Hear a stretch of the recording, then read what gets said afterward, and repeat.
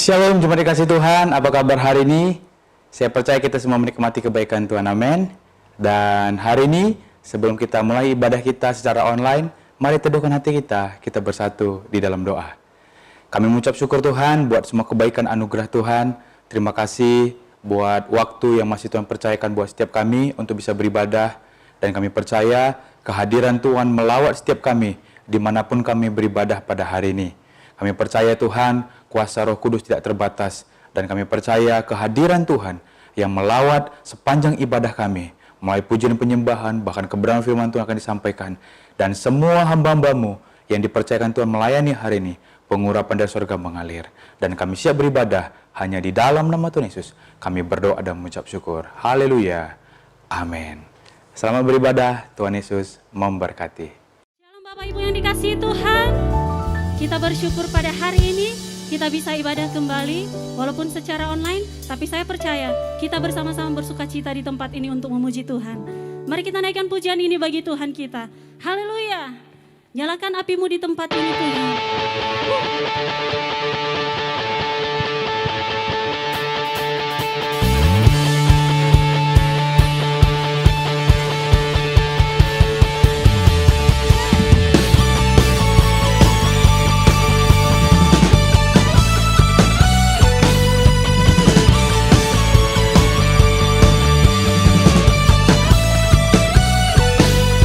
Bebas terlepas, kuasa maut telah terhempas.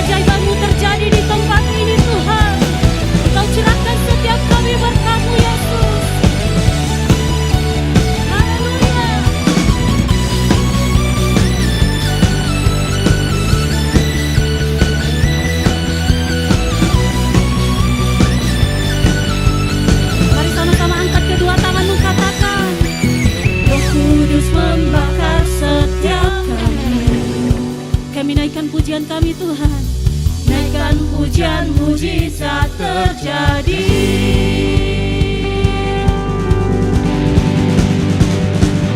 Mengalir kuasa-Mu, nyalakan apimu, ku nyanyi oh oh oh oh oh oh. Tercurah kuasa-Mu, nyalakan apimu, ku nyanyi oh oh oh oh. Keajaiban terjadi.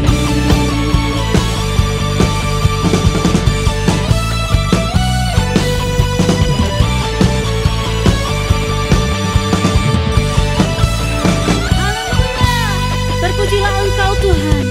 Haleluya. Mari kita siapkan hati kita untuk mendengarkan firman Tuhan pada saat ini. Yes Tuhan, biar lawatan-Mu terjadi atas setiap kami pada hari ini Tuhan. Kami percaya Tuhan, kuasa-Mu memenuhi setiap kami pada saat ini. Dimanapun kami berada Tuhan, kuasa-Mu tidak pernah terbatas memenuhi setiap kami Tuhan. Yesus.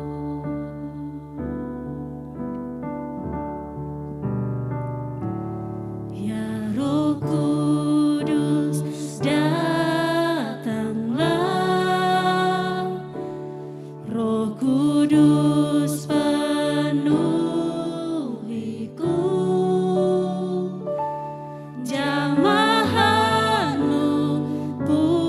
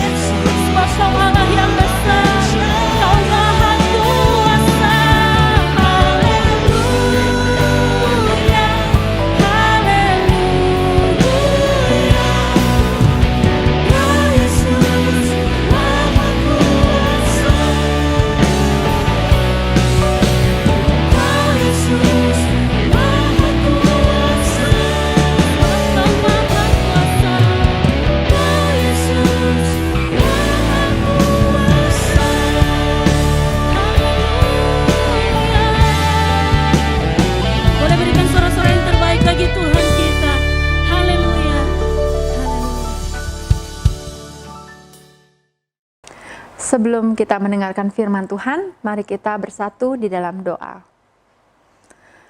Allah Bapa yang ada di dalam surga, terima kasih Tuhan atas kesempatan yang baru yang selalu Tuhan berikan bagi kami setiap harinya Tuhan. Tuhan, pada pagi hari ini kami siap untuk mendengarkan firman-Mu. Biarlah firman yang akan Engkau sampaikan melalui hamba-Mu Tuhan dapat bekerja dan berjalan sesuai dengan kehendak-Mu. Apapun yang akan terjadi Tuhan, biarlah firman-Mu ini menjadi kekuatan, menjadi berkat dan tuntunan bagi kami untuk menjalani hari-hari kami ke depan. Tuhan Yesus, kami siap untuk mendengarkan firman-Mu. Hanya di dalam nama-Mu Tuhan Yesus Kristus. Haleluya. Amin. Shalom. Puji Tuhan.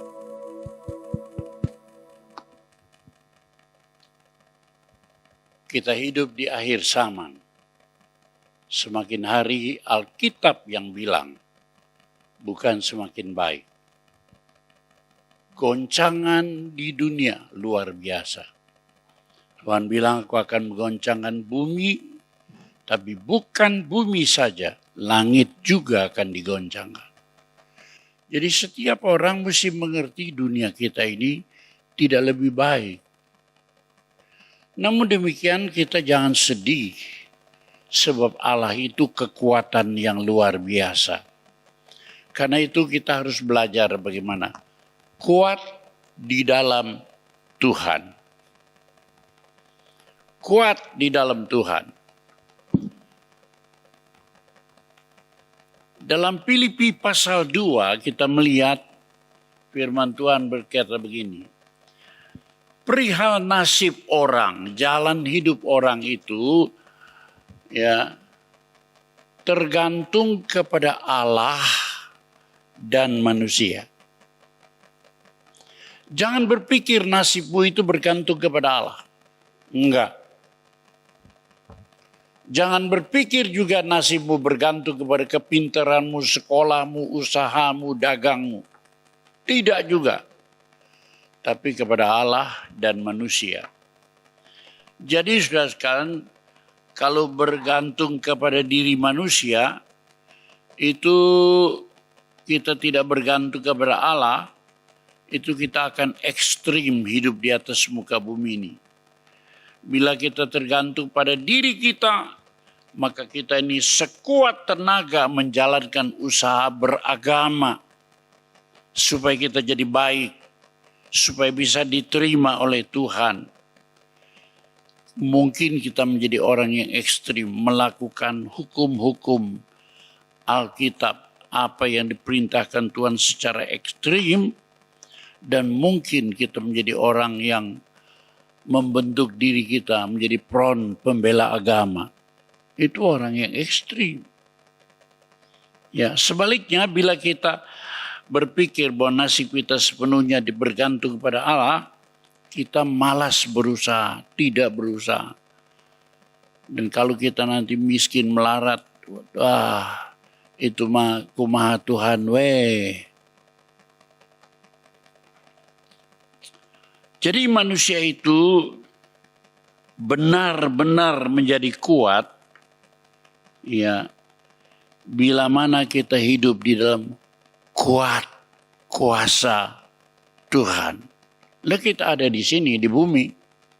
Kita punya pekerjaan usaha, tapi kita betul-betul kuat kalau kita hidup di dalam kuat kuasa Tuhan. Filipi tadi berkata, kerjakanlah keselamatan. Jadi kita harus mengerjakan segala sesuatu, melakukan apa yang dikehendaki Allah.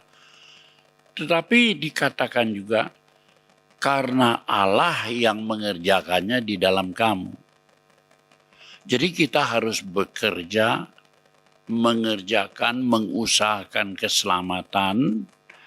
Tetapi jangan lupa Allah yang mengerjakannya di dalam kita, pikiran kita, perasaan kita, kehendak kita, kemampuan kita, kasih karunia Tuhan.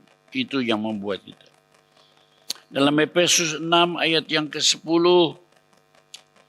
dikatakan di sana kesimpulannya, Hendaklah kamu kuat di dalam Tuhan, di dalam kekuatan kuasa-Nya. Tuhan menghendaki kita kuat. Tapi jangan ekstrim.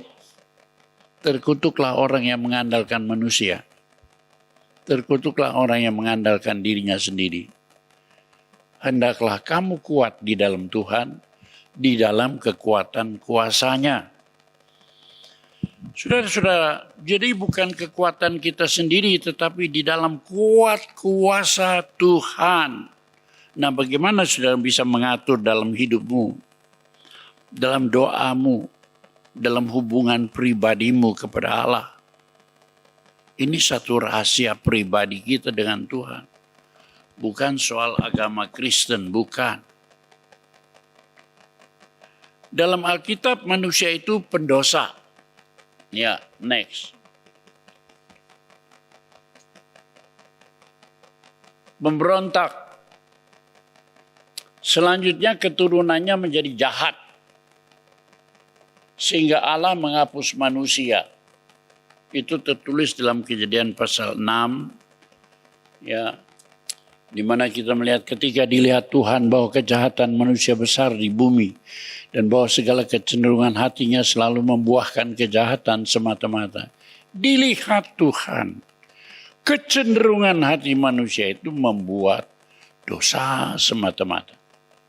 Maka menyesallah Tuhan bahwa Ia telah menjadikan manusia di bumi dan hal itu memilukan hatinya. Terus berfirmanlah Tuhan, aku akan menghapus manusia yang telah kuciptakan dari atas muka bumi, baik manusia maupun hewan dan binatang-binatang melata, burung di udara, sebab aku menyesal bahwa aku telah menjadikan manusia.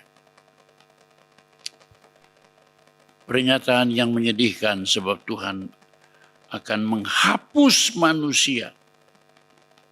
Bahkan seluruh makhluk yang hidup bernapas terhapus, saudara sekalian, dengan air bah. Tetapi ada perkecualian. Perkecualian itu bukan karena kebaikan manusia. Perkecualian itu bukan karena dia suci, bukan. Kita melihat manusia pertama yang mendapat kasih karunia Tuhan. Pikirkan perkataan kasih karunia. Bahasa Indonesia lama, anugerah. Anugerah itu diberikan bukan karena kebaikan kita. Arti kata kasih karunia, kasih yang dikaruniakan, anugerah yang diberikan, itu artinya seorang yang sangat besar, rela menunduk untuk orang yang sangat kecil, bagaikan kaisar raja yang besar, merendahkan dirinya, menilik pengemis di jalan. Itu orang mendapat anugerah. Apa seorang pengemis kok sampai diperhatikan oleh raja? Siapa Anda, debu tanah? Diperhatikan oleh Allah, Tuhan seru sekalian alam. Nah, saudara-saudara, manusia pertama mendapat anugerah, kita lihat next. Tetapi Nuh mendapat kasih karunia di mata Tuhan. Saya minta catat betul perkataan itu, kasih karunia, anugerah. Bukan usaha, bukan kebaikan, bukan seperti orang beragama, bukan. Kasih anugerah, kasih karunia. Catat betul dalam hatimu untuk diturunkan kepada anak cucu buyut supaya mendapat kasih karunia Tuhan. Kita lihat bukan saja Nuh yang mendapat kasih karunia, tapi beberapa manusia lain yang menjadi hebat karena kasih karunia Tuhan itu antara lain Musa. Di Israel itu, bangsa Israel itu di Mesir sangat tertindas jadi budak. Tapi Musa itu menjadi pembebas Israel bukan karena dia baik, tapi karena kasih karunia Allah. Dicatat dalam Keluaran 33 ayat 7. Musa mendapat kasih karunia Allah. Jadi di antara sekian banyak orang, saudara harus memikirkan agar dirimu mendapat kasih karunia, bukan usaha agama, bukan rajin ke gereja. Tetapi oleh karena Anda takut akan Allah, sangat mengasihi Tuhan. Di rumah, di mana saja, sangat hormat kepada Tuhan. Senantiasa hatinya melekat kepada Tuhan. Sampai Tuhan memilih orang ini, aku beri kasih karunia. Nah, Daud juga mendapat kasih karunia di mata Tuhan. Banyak orang hidup, tapi kemudian Tuhan berkata, aku memberikan kasih karunia kepada Daud, sehingga keluarganya dan kerajaannya akan kekal sampai selama-lamanya. Kisah Rasul 7 ayat 46 menyatakan tentang itu. Ya, Daud mendapat kasih karunia di mata Allah, dan ia memohon supaya diperkenankan mendirikan suatu tempat kediaman bagi Allah Yakub. Saking cintanya. Aku baca ketika dia mempersiapkan untuk mempersembahkan bagi pembangunan rumah Tuhan, maka dari harta miliknya sendiri dia berikan 3.000 talenta emas. Saya hitung 1 talenta 34 kilo kali 3.000, 102 ton. Saudara beli emas 102 gram ya. Siapa yang beli emas 102 kilo? Siapa yang beli emas 102 ton? Ini diberikan karena kasihnya akan Tuhan. Jadi Daud itu sangat mengasihi Tuhan. Bukan berarti orang sangat mengasihi Tuhan itu tidak berbuat dosa. Bisa aja berbuat dosa. Sudah lihat anakmu banyak kali, ya, kalau kau mengasihi anakmu, apa tidak berbuat salah? Banyak salah. Tapi anak kita itu mendapat kasih karunia di hadapanmu. Begitulah Daud mendapat kasih karunia di mata Tuhan, sehingga keluarga kerajaannya kekal sampai selama-lamanya. Dan dari Daud itulah turun sampai Yusuf dan Maria. Dari Yusuf dan Maria lahirlah Yesus. Sebelum mereka menikah, selagi mereka bertunangan, Roh Kudus memilih mereka.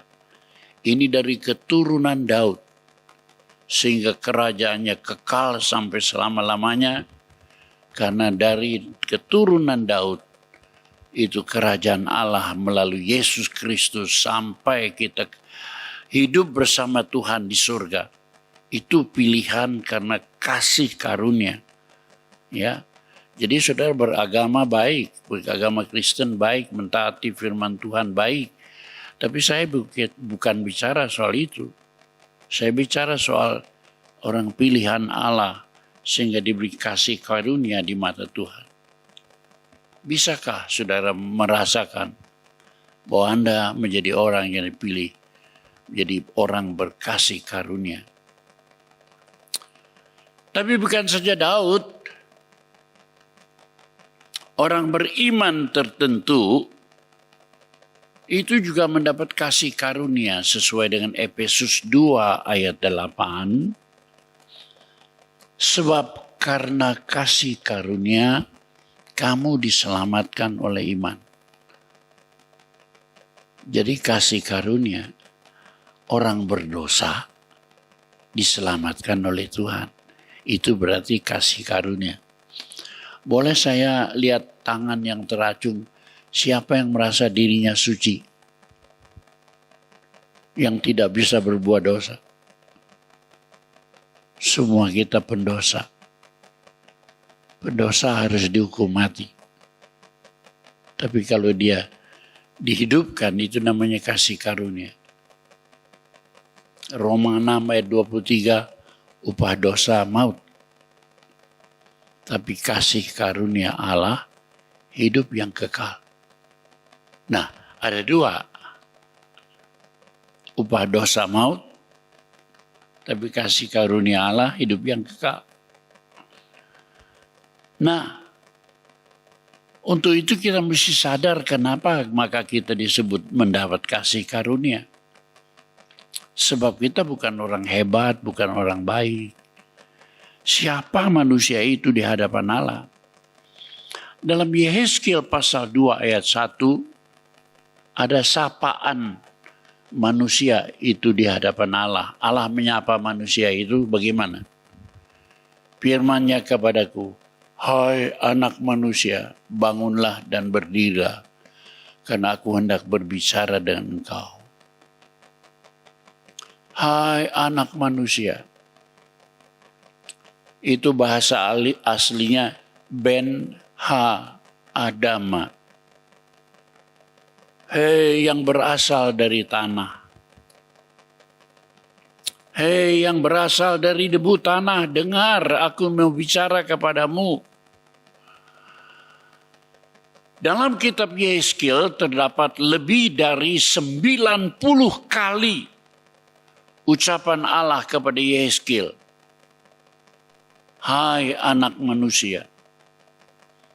Artinya, hai anak tanah, hai anak debu. Menunjukkan siapa kita di hadapan Allah. Kita makhluk yang lemah. Siapa yang sekarang jadi pemimpin? Siapa yang jadi orang kaya? Siapa yang jadi orang hebat sekarang ini? Ben Ha Adama itu berasal dari tanah. Dari kelemahan yang paling lemah. Sehingga harus hidup senantiasa bergantung penuh kepada Allah. Beberapa hari yang lalu meninggal dunia tua-tua dari Gereja Bethel Indonesia Jakarta Kelapa Gading, Bapak Hendro. Bagus. Dia bilang dalam 1-2 hari aku akan mendapat sukacita luar biasa. Dia ngomong sendiri. Perhatikan 1-2 hari aku dapat kasih karunia Allah yang besar. Jadi keluarganya pada kumpul semua, apa maksud papa ini? Lalu kemudian dia kongko bicara-bicara. Dia nonton TV. Sementara dia nonton TV, dia lihat juga. Dia kasih komen. Ya. Wah, ini kok jadi begini, kok ini kok begitu. Terus dia bilang, aku akan bertemu Tuhan nggak lama lagi. Sudah dia ngomong itu, dia diam di kursi itu. Lalu kemudian, di kursi nonton TV loh, langsung plek. Istrinya menangis, menggerung-gerung. Langsung telepon Om Julius, telepon Om Julius. Padahal saya sudah 8 bulan nggak ke Jakarta. Saudara-saudara, yang saya kagum orang kalau mau meninggal hidupnya suci di hadapan Tuhan, dikasih tahu sama Tuhan. Waktunya pun dikasih tahu. Hebat sekali. Nah, coba kita baca Pengkhotbah 12 ayat 7. Debu kembali menjadi tanah seperti semula. dan roh kembali kepada Allah yang mengaruniakan. Debu itu adalah serbuk tanah. Terbang dia. Jadi kalau dia turun jatuh ke atas tanah, dia bergabung sama yang beku, itu namanya tanah. Bagian dari tanah itu namanya debu. Debu itu bagaimanapun hebatnya akan kembali menjadi tanah seperti semula. Tapi roh itu kembali kepada Allah yang mengaruniakannya. Dan kita ini tidak bisa hidup tanpa roh Allah.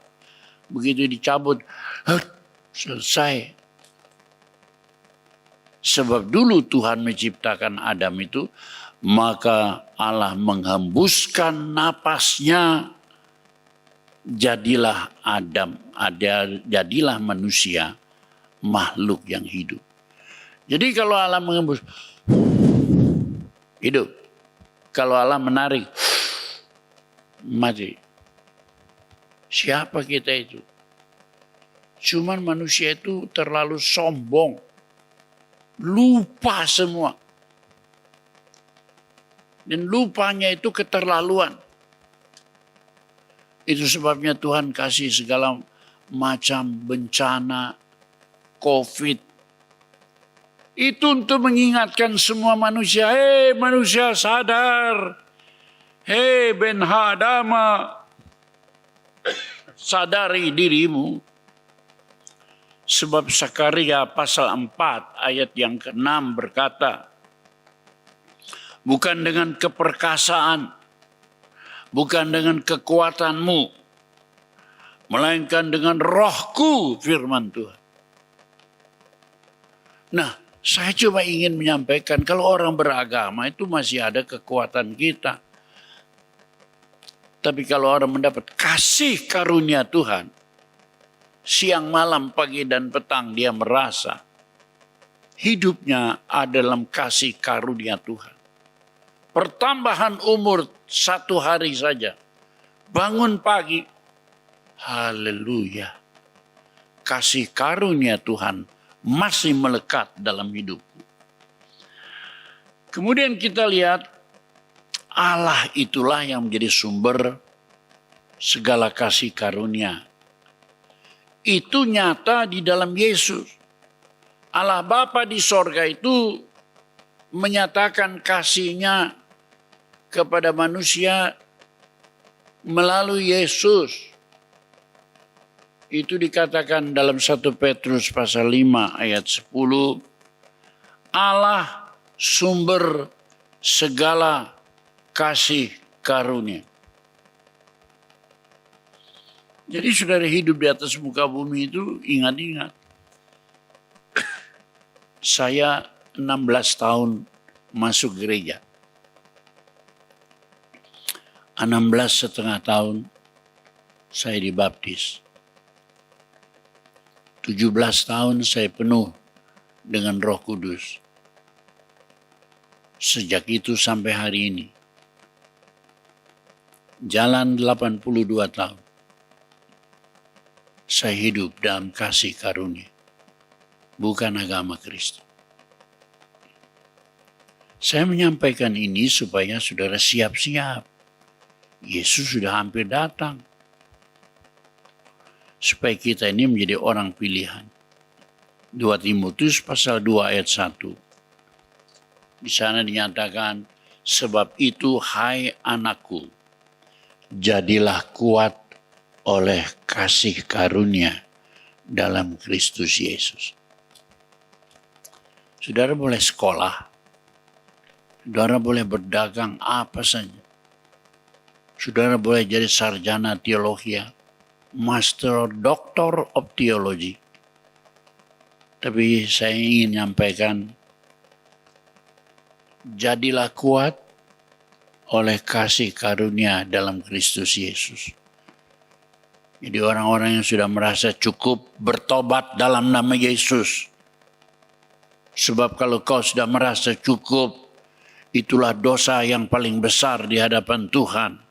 sebab engkau tidak pernah mengharapkan kasih karunia Tuhan. Bersandar penuh. Bayangkan bangsa Israel itu adalah anak cucu Abraham, saudara sekalian, yang telah dilepaskan dari perbudakan di Mesir. 40 tahun di padang belantara. Oh, mengembara di atas padang pasir, saudara sekalian, penuh tantangan.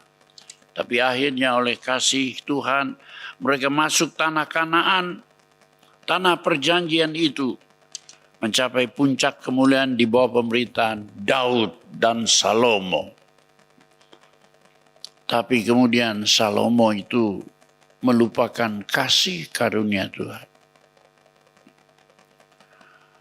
Orang kalau sudah sukses itu bisa lupa diri. Ya. Sehingga sesudah Salomo anaknya itu berpaut menyembah berhala. 2 anaknya, satu Yahuda, satu mendirikan negara Israel penyembahan berhala. Dan sesudah itu bangsa Israel terbuang oleh karena pemujaan berhala, saudara sekalian. Keturunannya itu dalam pemerintahan Raja Ahab dan Ratu Isabel. Isabel itu dalam Alkitab. Wahyu berkata, perempuan sundel.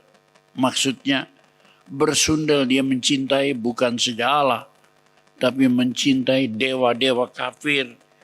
Ya, sebab itulah saudara sekalian,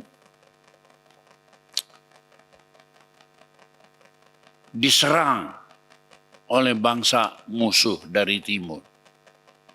Orang-orang Babil datang.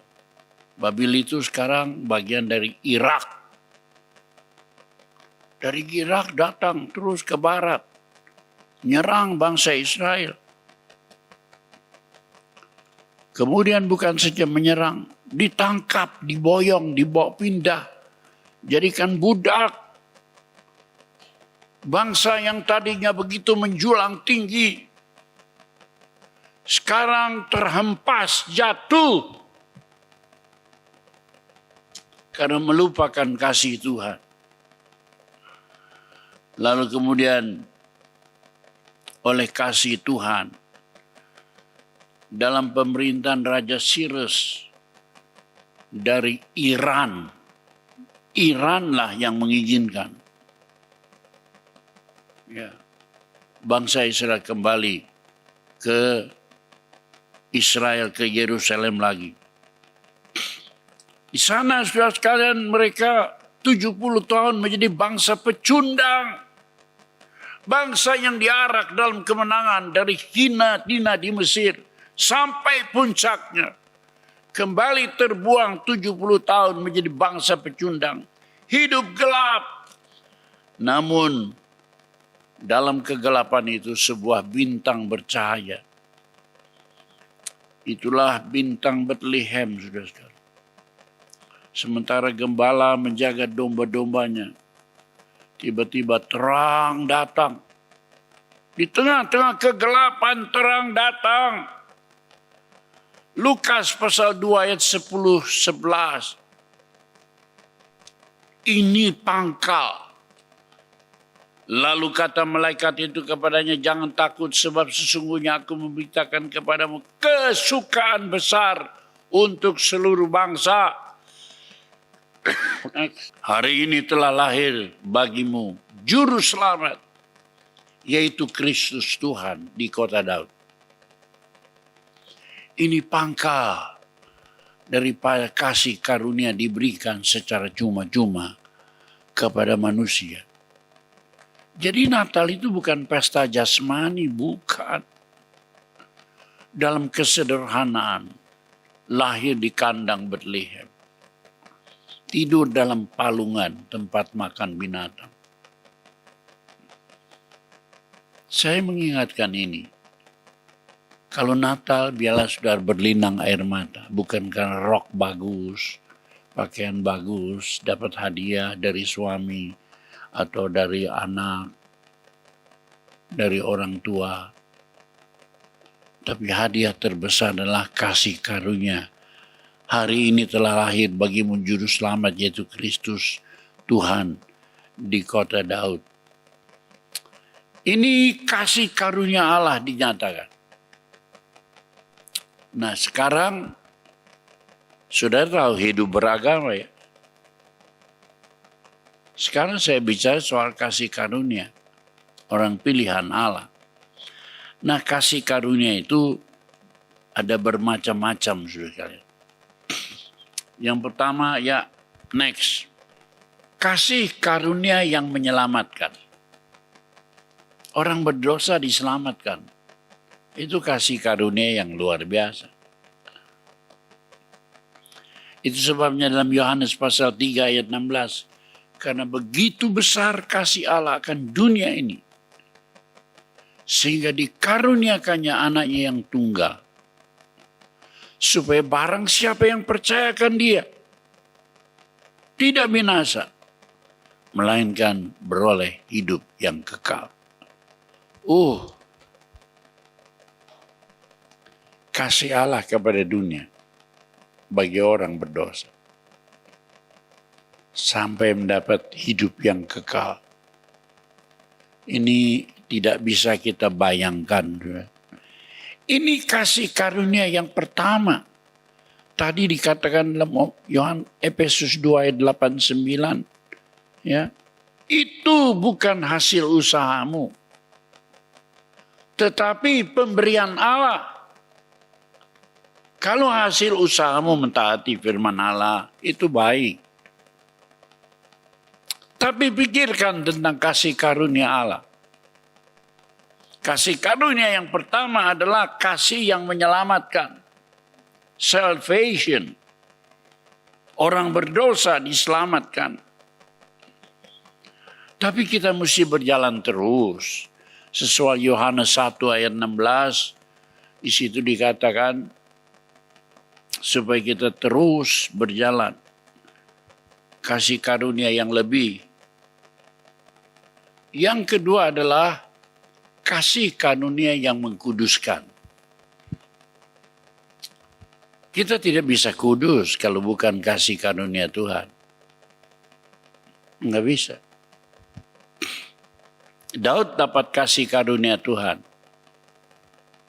Enggak bisa kudus. Dia jatuh dalam perzinahan.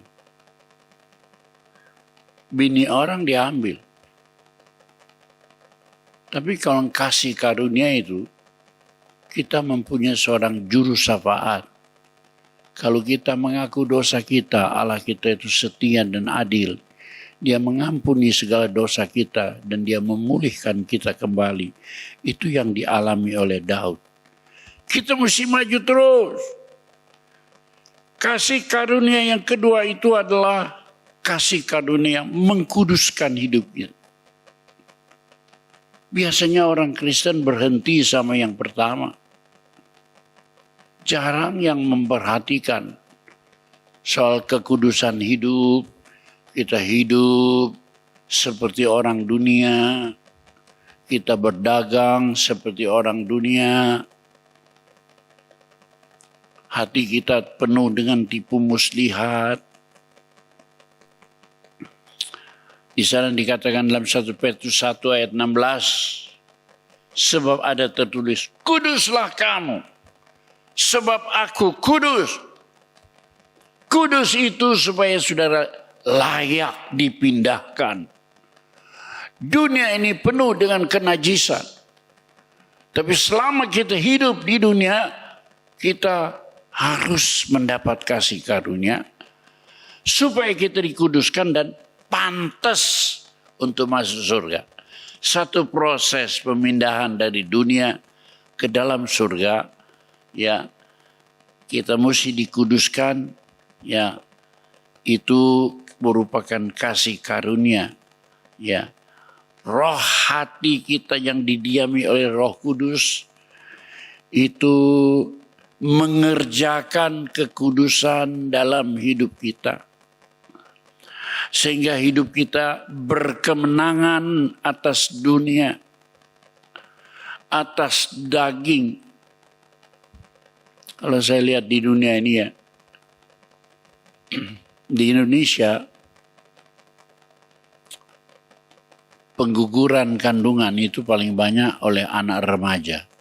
2 juta 1 tahun. Berapa? 2 juta.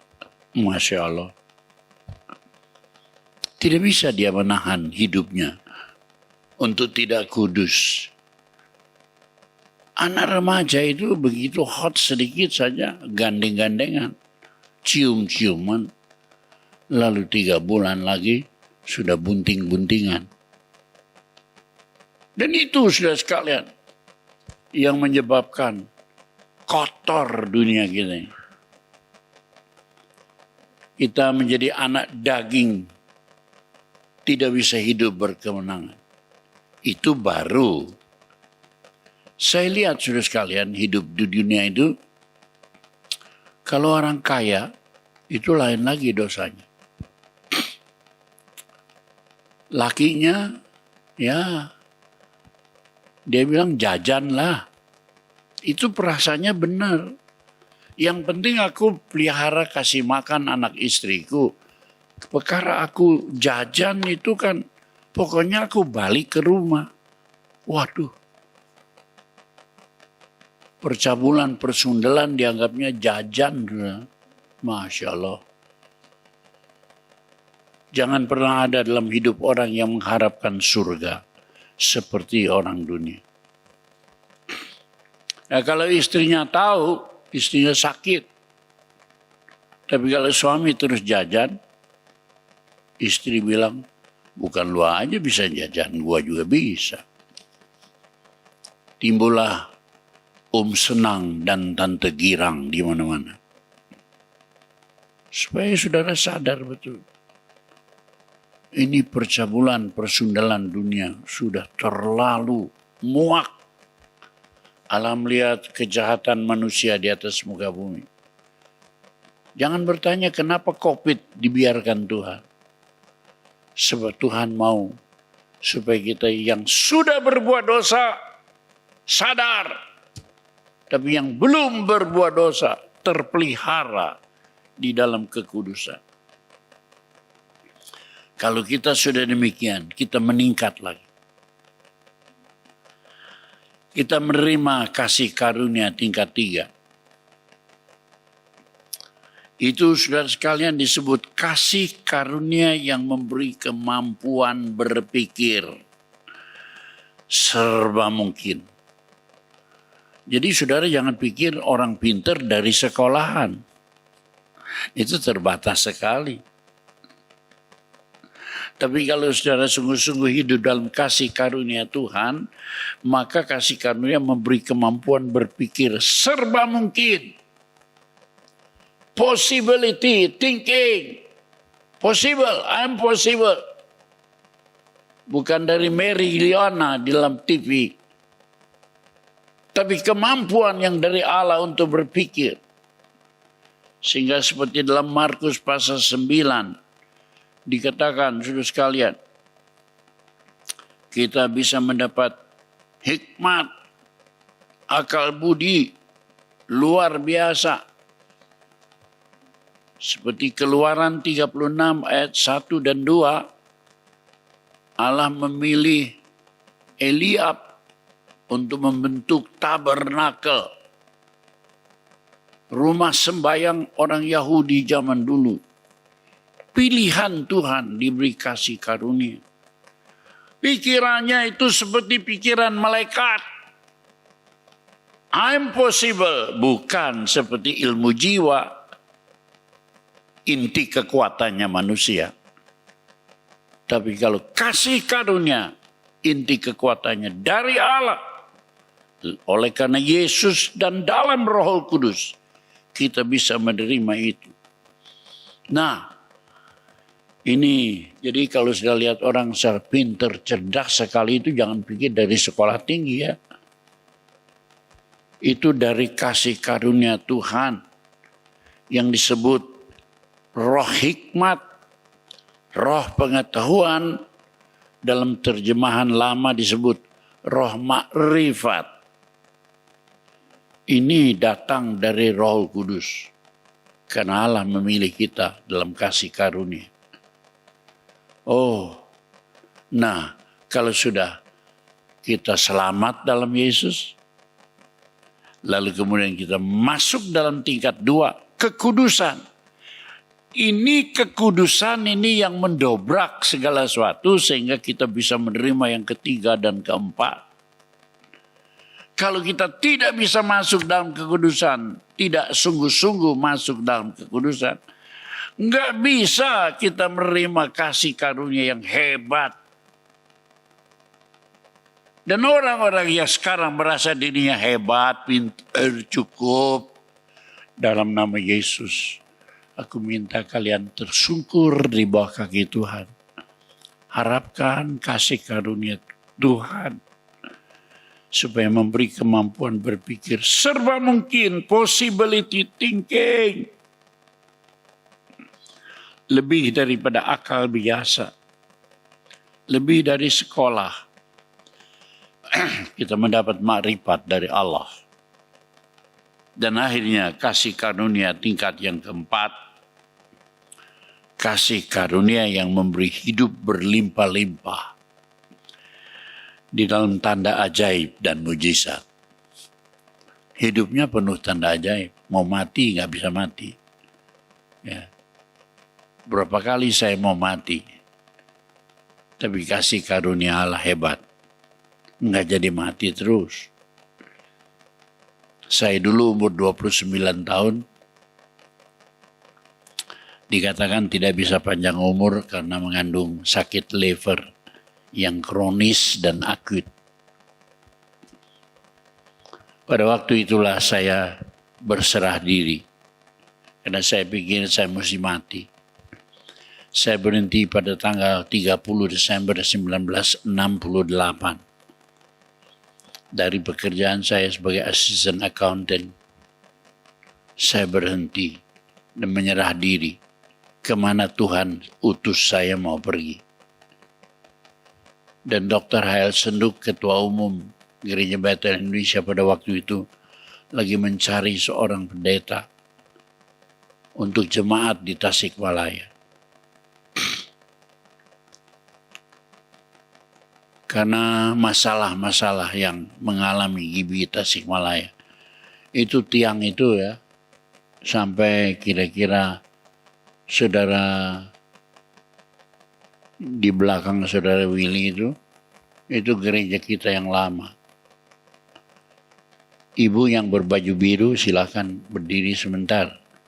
Nah barangkali gereja kita yang lama tuh, ya yang merasa berbaju biru aja. Nah itu dia. Jadi gereja kita tuh dari belakang itu ya, sampai kepada ibu yang berbaju biru, tiangnya itu gereja kita yang mula-mula. Di bawah bukan di atas. Ya, saya dikirim Tuhan sebab saya pikir saya mau mati. Jadi saya pikir kalau mau mati ya sudah, saya kerja. Apa pikiran saya? Bangun gereja sebanyak mungkin. Jadi kalau saya mati sudah diperhitungkan Tuhan apa yang saya buat bagi kemuliaannya. Tapi ketika saya berusia kira-kira 53 tahun, saya dapat mujizat. Saya periksa hepatitis A, hepatitis B, hepatitis C. Semua ini lenyap, tidak ada. Orang yang diramalkan mesti mati. Dan siap untuk mati, bangun gereja sebanyak-banyaknya. Sebagian gereja saya serahkan kepada saudara Ruby Dirgantara untuk mengurus gereja kita di Jawa Tengah. Tapi kemudian dia berdiri sendiri. Tapi saya pikir ya sama aja lah. Yang penting dirawat dengan baik. Itu sebabnya ada gereja kita di Nias 5. Kapan-kapan saudara Swi akan putarkan gereja kita di Nias. Supaya kita semua tahu. Di ujung-ujung sana kita punya gereja. Ada 4 gedung besar kita bangun ini ya. Tapi ternyata saya tidak mati. Jadi kalau sudah tahu sudah harus mati, layani Tuhan. Pasti nggak bisa mati. Masa Tuhan mau rugi sendiri kalau kita mau melayani dia? Dia bilang, oh jangan dulu ini, jangan mati dulu. Dia melayani kita benar-benar. Itu sebabnya saya mendapat kasih karunia dari Tuhan. Pernah saya operasi empedu, buang empedu. Itu kan soal remeh. Tapi kemudian batu empedunya loncat masuk ke dalam pankreas. Sehingga saya mau mati lagi. Jakarta itu rumah sakit di Kelapa Gading. Hebat, gagal juga. Saya dibawa ke Singapura. Ya, akhirnya saya mendapat kasih karunia sampai hari ini masih hidup. Berapa kali mau mati? Itu namanya kita hidup ya dalam kasih karunia yang limpah dengan tanda ajaib dan mujizat. Ulangi dari pertama, nomor 1, kasih karunia yang menyelamatkan. Salvation. Saudara sudah mengalami. Tapi yang kedua, dalam nama Yesus saya mohon, saudara merindukan itu. Kasih karunia yang mengkuduskan hidup. Sebab ini pembuka jalan untuk menerima kasih karunia yang luar biasa. Ketiga, ini dia, pikirannya dirubah. Kasih karunia yang memberi kemampuan berpikir serba mungkin. Jadi dalam hati kita nggak ada yang nggak mungkin. Jadi kalau kita mendengar susah lah ini, aduh gemesnya bukan main, keselnya bukan main. Tidak ada yang mustahil bagi Allah. Dan ayat bilang tidak ada yang mustahil bagi orang yang mengasihi Tuhan. Kita sampai kepada tahap yang demikian.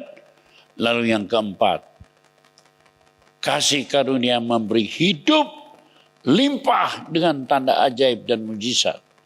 Sign and miracles in your life. The whole life full with sign and miracle. Sepanjang hidup kita penuh dengan kasih karunia di mata Allah. Kalau kita hidup demikian, maka sudah sekalian, sebagai akhirnya, kita baca Efesus 6 ayat 10. Akhirnya, hendaklah kamu kuat di dalam Tuhan, bukan dalam kuatmu, tapi di dalam kekuatan kuasanya. Next, Efesus ayat 17. Dan terimalah ketopong keselamatan dan pedang roh, yaitu firman Allah. Jadi nerima firman Allah ini jangan asal-asalan. Doa, selidikin, baca, buka concordance, buka kamus. Saya mau khotbah tentang kasih karunia. Seluruh ayat tentang kasih karunia, 1 lembar penuh, full ayatnya. Saya baca satu-satu. Selidiki firman, pedang roh. Dan 18, berdoalah setiap waktu di dalam roh. Bukan doa minta-minta berkat. Roh kita memuja Allah. Memuja bukan minta. Meminta itu, aduh. Pujalah Tuhan. Takut akan dia, sehingga Allah jatuh cinta kepadamu dan memilih engkau jadi orang yang menerima kasih karunia. Berdoalah setiap waktu di dalam roh. Kalau kau demikian, saudara sekalian, maka sesungguhnya hidupmu kuat di dalam Tuhan, dalam kasih karunia-Nya. Puji Tuhan. Amin.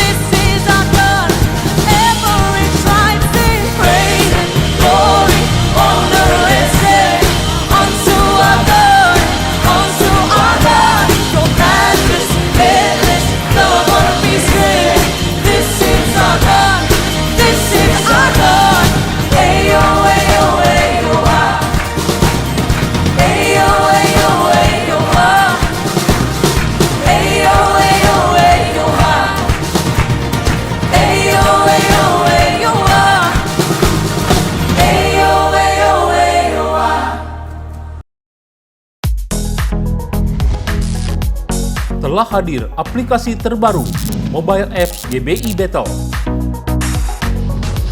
Install melalui Google Play dan App Store.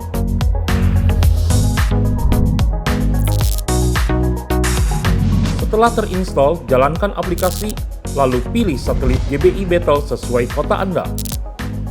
Masukkan username menggunakan nomor kartu anggota jemaat, dan password menggunakan tanggal lahir dengan format berikut. Lakukan verifikasi nomor telepon dengan OTP. Update data jemaat pada profil, edit untuk mengganti password. Banyak informasi dan fasilitas yang bisa Anda dapatkan dengan aplikasi ini.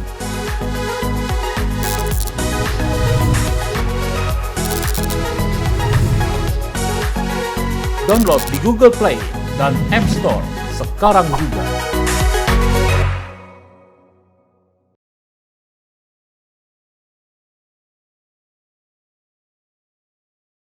Sebelum kita mengakhiri ibadah pagi hari ini, mari kita berdoa.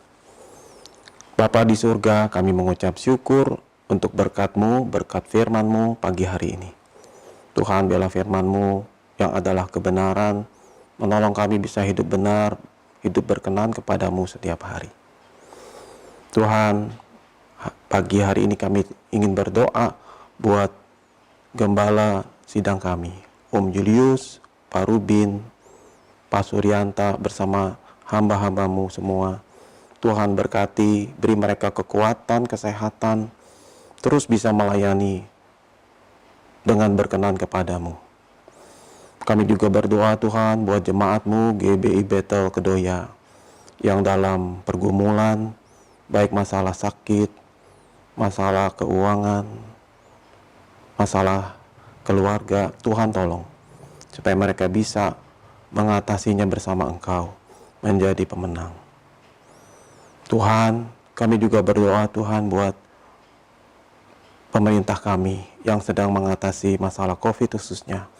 Tuhan tolong di masa-masa liburan seperti saat ini, supaya masyarakat bisa taat, mau banyak tinggal di rumah, sehingga bangsa kami bisa bangkit dari keterpurukan. Terima kasih Tuhan, dengar doa kami. Dalam nama Tuhan Yesus kami berdoa. Amin. Saudara, saya percaya kita semua diberkati pada ibadah online kita pada hari ini. Dan sebelum kita akhiri, mari saudara angkat tanganmu dan terimalah berkat Tuhan. Biar berkat daripada Allah Bapa, kasih dan karunia yang ada di dalam Yesus Kristus Tuhan kita, persekutuan dan penghiburan Roh yang Kudus, biar itu menyertai setiap kita, setiap saudara dan saya, dimanapun juga kita berada. Berkat ini akan sampai kepada kita semua. Kita percaya, kita imani di dalam nama Tuhan Yesus Kristus. Haleluya, puji Tuhan. Amin. Saudara, biar berkat ini menyertai kehidupan kita di masa-masa yang akan datang. Tuhan memberkati kita semua. Salam sehati.